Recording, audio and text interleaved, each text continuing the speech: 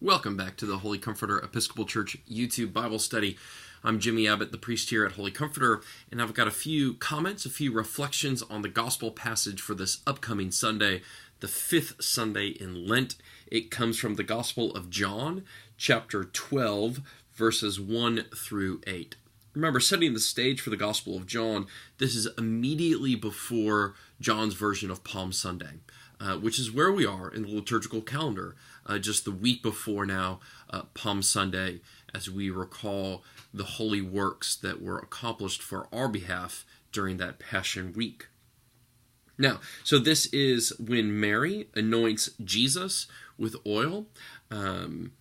It's a wonderful passage. I'll just sort of read some of this. Mary took a pound of costly perfume made of pure nard, anointed Jesus' feet, and wiped them with her hair. The house was filled with the fragrance of the perfume. Remember, one of the key themes in the Gospel of John is abundance. Abundance. Everywhere Jesus turns there's an abundance of things. Think of the feeding of the 5,000, how just 5 barley loaves and 2 fish was enough to feed 5,000. Think of the wedding at Cana in Galilee. They run out of wine, but Jesus makes enough wine so that the celebration may continue. This is another part of that theme here, is that she takes this nard, it's probably a perfume that smelled like pistachios, wiped them on Jesus' feet, and the whole house was filled with the fragrance. You got a sense of that abundance there. We also learn, Judas tells us, that perfume could have been sold for 300 denarii. That would, 1 denarii was was the wages that a day laborer would have received. So, I mean, this is pretty costly stuff. This is, almost a year's worth of salary.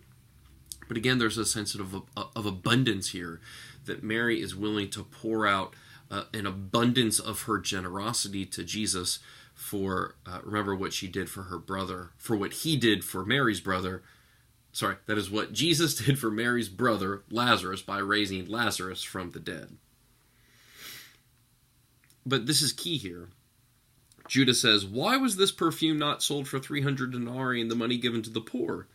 He said this not because he cared about the poor, but because he was a thief. He kept the common purse and used to steal what was put into it. This is something that plays out every day. We know this story. In the day and age of austerity and of budget cuts, this is the tension of the age. Where's the line between abundance and generosity? Where's the line between frugality and thrift, but downright stinginess? And we see in here that wrestling with that. What strikes me today is that when there are clamorings in the public square for more money for this or more money for that, it always seems that we can find a reason to not pay for something that would be good for the common welfare. I mean, just take the state of Texas, for example. Out of 50 states, we rank 43rd in funding in public education per pupil out of all 50 states. I mean, and we have to then maybe ask ourselves, what sort of abundance do we have? What sort of stinginess are we holding on to? Are we like Judas, who looks at that money, it's expensive, and we say, oh, that money could be used elsewhere?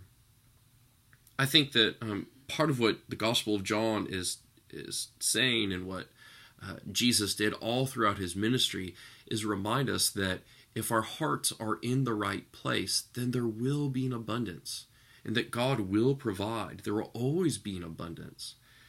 But it has to be done out of the goodness of our hearts, out of generosity, out of, like I said, a willingness to truly give back to God and to give thanks. I mean, this is part of what's happening here in this story. There's an abundance because it's something that Mary is giving to Jesus. There was an abundance of the feeding of the 5,000 because one boy was willing to hand over his lunch for the entire crowd. There was an abundance at that wedding because Jesus would take nothing, just a little bit of water, and make it into something for everyone. So we see in this that there is always an abundance when there is a selfless act of gratitude. A selfless act of gratitude helps to create an abundance. So think about that in your own life and in our public life as well. What are the places in our lives that we need to think more about the public acts of service and the public acts of gratitude that are not for ourselves but for someone else? And can we maybe find an abundance there rather than find a reason to be stingy? The good Bishop Fisher put it this way when he was training me as a young priest. And this happens all the time in church. Actually, just happened 5 minutes ago. Someone came in asking for some financial assistance. And Bishop Fisher said, at the last day of the judgment seat, I would rather be told that I was too generous than I was too stingy. And I think that's right on. Throughout the Gospels, we see that Jesus is a generous God, giving away everything, even his own life, even his own will, to the hard wood of the cross. And that is our example. That is how we ought to live too, is by giving away ourselves so that others may live and thrive, and so that it may be for the common good. Ooh, man, we really went after it, didn't we? A little bit of politics, a little bit of policy, but of course this is all rooted in the gospel of our Lord Jesus Christ. I'd love to hear from you. Send me an email, make a comment. Would love to be in touch.